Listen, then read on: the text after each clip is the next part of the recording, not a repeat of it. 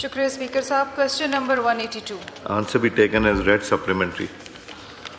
سر پہلے تو میں وزیر صاحب کو مبارکباد پیش کروں کہ ہمیشہ ان کے سوالوں کے جواب بہت ہی ڈیٹیل میں ان ڈیپتھ میں آتے ہیں. آج بھی 9 صفحوں پہ جواب آیا ہے. سو آئی تھنک یہ پرسنل انٹرسٹ بھی لیتے ہیں, تو thank you so much for that. Sir سوال جو ہے وہ میڈیا لٹریسی پروگرام کے حوالے سے ہے, فیک نیوز کے حوالے سے ہے.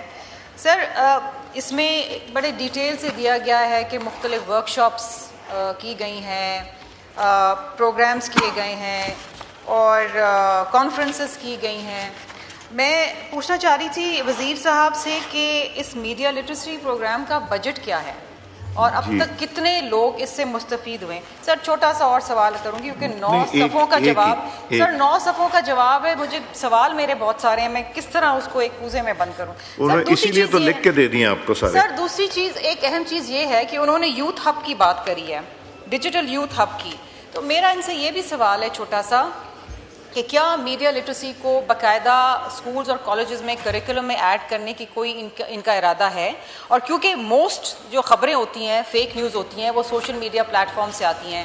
ٹویٹر ہو گیا, آپ کا انسٹاگرام ہو گیا, واٹس ایپ ہو گیا. سر جس طرح جنگ کے دوران آپ کو یاد ہوگا ہم صبح اٹھے تو پتہ چلا خبروں کے اندر کہ جی کراچی پورٹ کے اوپر حملہ ہو گیا. سر یہ بہت بڑی خبر تھی کہ کراچی پورٹ پہ حملہ ہو گیا, 2 ملین ویو سے زیادہ سے ہم سب ڈر گئے تھے ایک لمحے کے لیے. وہ غلط خبر تھی. کراچی نہیں, لاہور پورٹ پہ انہوں نے کہا تھا حملہ ہو. سر کراچی پورٹ بھی, سر کراچی پورٹ کے اوپر بھی نہیں, انہوں نے کہا تھا لاہور میں بھی. سر اتنی غلط خبریں تھیں. اور لاہور کے سی پورٹ.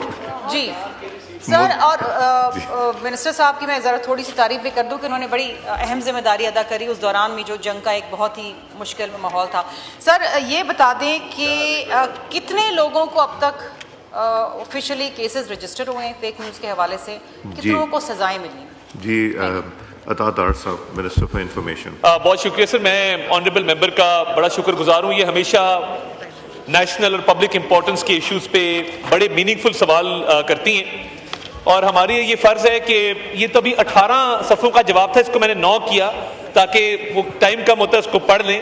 تو یہ 18 سے ہم اس کو 9 پہ لے کے آئے ہیں, بیکاز ہم کوشش کرتے ہیں کہ اس ہاؤس کی تکریم تقدس کو ذہن میں رکھتے ہوئے تفصیل سے جواب دیا جائے. سر ایک تو آپریشن بنیان و مرصوص کے حوالے سے اس ہاؤس نے جو کردار ادا کیا, جب اس کی تاریخ لکھی جائے گی تو یہ ضرور مینشن کیا جائے گا کہ تمام پولیٹیکل پارٹیز, وہ رائٹ پہ ہوں وہ لیفٹ پہ ہوں, ان تمام پولیٹیکل پارٹیز نے یکجا ہو کے بہت اچھا یہاں سے پیغام دیا.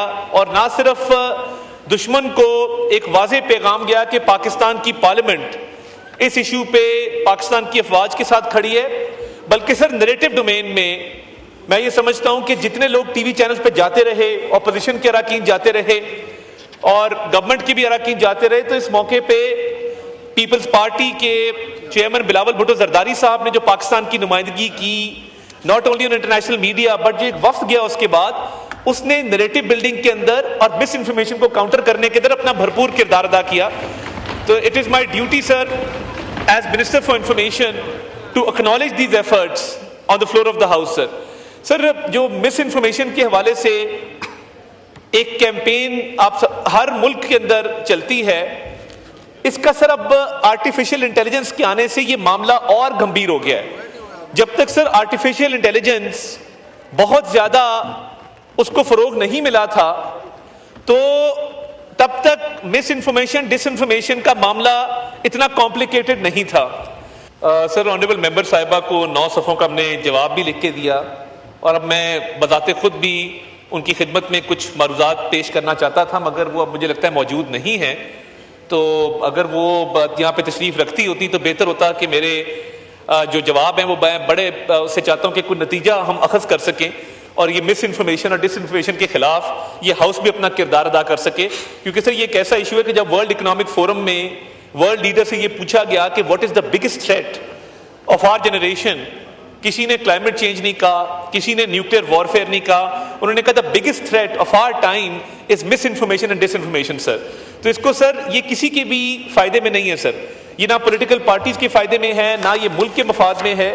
تو اس کے لیے سر ہم نے میں ایک تجویز بھی دوں گا اینڈ پہ, جس پہ sir I would seek your kind indulgence sir.